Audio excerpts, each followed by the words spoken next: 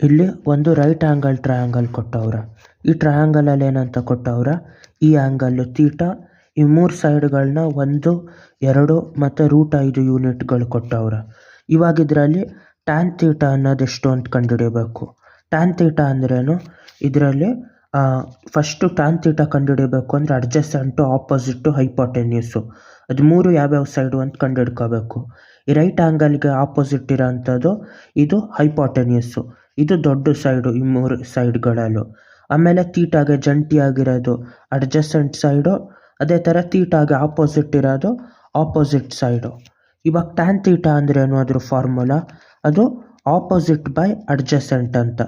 ಅಲ್ಲಿಗೆ ಯಾವುದು ಆಪೋಸಿಟ್ಟು, ಇದು opposite by adjacent. Opposite 2 unit, adjacent 1 unit.